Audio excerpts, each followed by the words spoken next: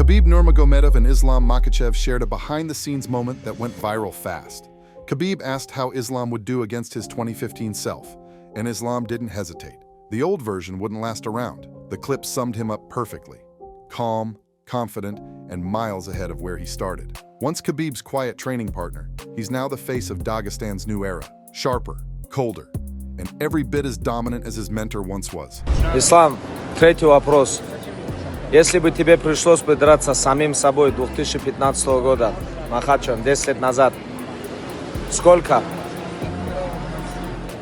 Ну, какой план у тебя был бы против того Ислама Махачева?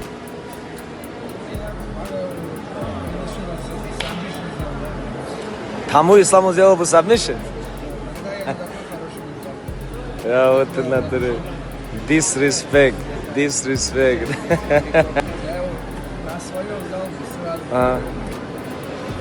Хорошо, я передам ему. Sean O'Malley dropped major props for Umar Nurmagomedov this week, labeling him among the most skilled fighters in the bantamweight division. O'Malley pointed out Umar's striking, grappling, and the elite team backing him, saying his talent is off the charts. This kind of high-level recognition does more than boost Umar's profile. It puts pressure too. When a former champion calls you one of the best guys in the division, you're expected to live up to it. As the bantamweight landscape shifts, this moment signals Umar isn't just another contender. He's threatening to become the guy. Mario versus Umar. God damn it, Umar's so good. He's so skilled, such a good striker, so good at grappling. Just got such a good team behind him. I got so pumped when Mario dropped him though. Oh, he threw that kick and he ran into the knee. I was jumping up and down. I was so excited. Yeah. But yeah, Umar's skill for skill. I feel like he's one of the best guys in the division, if not the best guy in the division. But yeah, I mean, the division's so interesting right now. Who does he fight next? Francis Ngannou revealed he was insulted by Jake Paul's offer to replace Gervonta Davis in an upcoming fight. The idea of a heavyweight like Ngannou stepping in for a lightweight boxer didn't just feel off. It felt disrespectful. Ngannou said he had no interest in the matchup or the payday, calling it meaningless to his career. For him, it's legacy over spectacle. And once again, he proved that not every fight or every offer deserves a yes. How can they go from like Gervonta Davis to Francis Ngannou? Come on, like the way different and everything. It make no sense. It make no sense. Nikisa reached out the other day and tell me how they need a replacement for Gervonta. Then I say, okay, what can I do for you? He said, yeah, we're looking for a replacement, but I still haven't get it. I was like, okay, then what exactly can I do for you? Like, we think about you to fight Jake. I'm like, what? I'm like, who's Jake? I was so confused. I'm like, no, bro, come on. Don't disrespect me like that. He sent out some number. I'm like, it's not about the number. I'm not just interested. It makes no sense for me. Joe Rogan recently called a potential fight between John Jones and Alex Pereira the biggest matchup in human history. That statement set off a storm across the MMA world. Former fighter Josh Thompson wasn't having it. He argued that nothing will ever top Khabib Nurmagomedov versus Conor McGregor, the record-breaking event that pulled in over 2 million pay-per-view buys. To him, that rivalry was untouchable. The perfect mix of tension, chaos, and storytelling. Still, Kama fans couldn't stop debating. An MMA fight, you still have Conor and Khabib. That fight did 2.5 million views, 2.6 million views. I don't think that this fight would even scratch that. Maybe back in the pay-per-view days, like when it was doing well, but I don't even think it would have done that. Those numbers.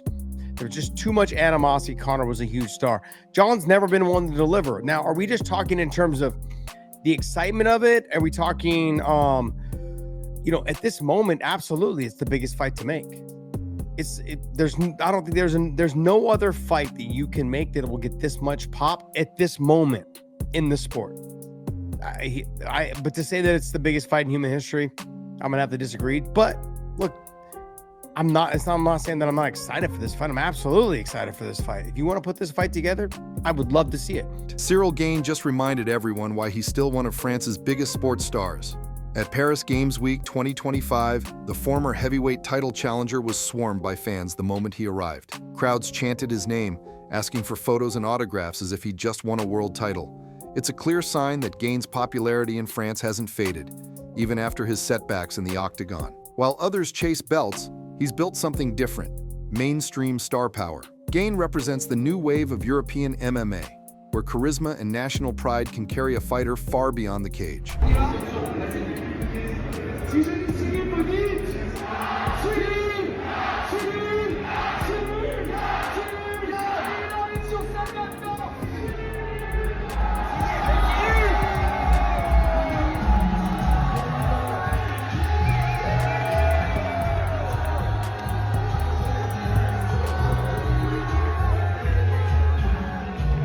Jiří Prochazka made a bold statement this week. If he doesn't land a trilogy fight with Alex Pereira, he's seriously considering dropping down from light heavyweight to middleweight. Prochazka stressed that cutting to 205 pounds isn't the issue.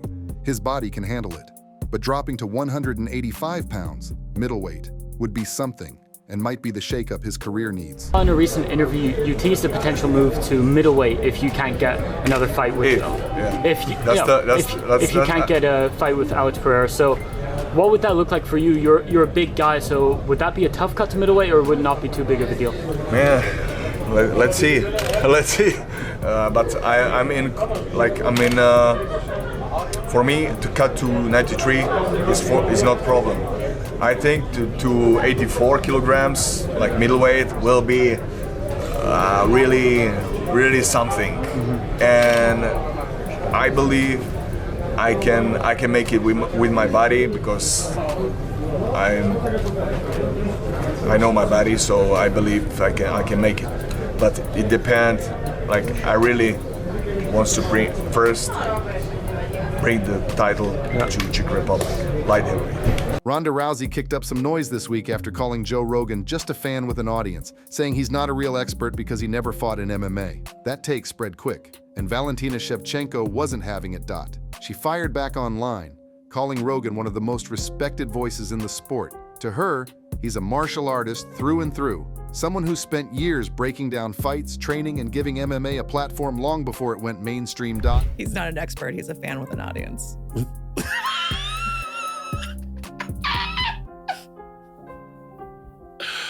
That's interesting. Is that how you feel about you? Never fought. He fought Taekwondo, right?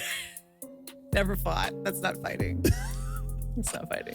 The biggest shock of the week came when reports surfaced that the FBI may be looking into a potential fight-fixing scandal inside the UFC. The controversy erupted after Isaac Dulgarian's first-round submission loss at UFC Vegas 110, where betting odds swung in a suspicious direction, prompting sportsbooks like Caesars to issue refunds to bettors. Journalist Ciryl Gane revealed that the FBI had flagged the fight for unusual betting patterns just hours before it took place. Yet, the bout went ahead anyway. Gane also reported that this might not be an isolated incident.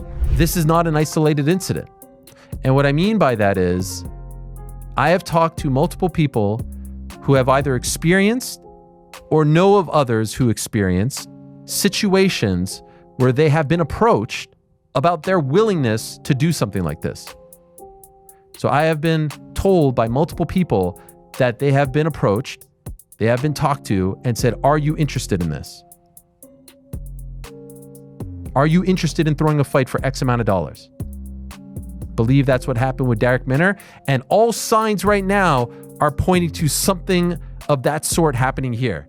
This is a massive issue for the UFC. And when you consider, now I haven't been told this part that I'm about to say, but when you consider the questionable refereeing as of late, you can't help, I said this last week, you can't help but let your mind go there as well, because there's no other possible explanation for some of the wacky stuff that we have seen as of late. And it's very easy to do. It's extremely easy to do. We've seen it. We've now seen it in broad daylight multiple times. From dream matchups and viral moments to an FBI probe shaking the foundations of the sport, Islam Makhachev continues to prove why Dagestan runs the lightweight division. Alex Pereira's life outside the cage looks just as sharp as his left hook, and Charles Oliveira is once again chasing greatness like a man-possessed. Gane reminded everyone that true star power doesn't fade after defeat, and John Jones versus Alex Pereira might just be the fight that breaks the internet. But while the MMA world debated dream matchups, Ciryl Gane's latest report pulled everyone back to reality. With the FBI reportedly examining suspicious betting patterns that could change how the UFC operates forever. If 1 week can deliver this much chaos, imagine what the next one will bring. New rivalries, new scandals, and new legends waiting to be made. Stay sharp, stay subscribed, and keep your gloves up. Because in MMA, the only thing more unpredictable than the fights is the news.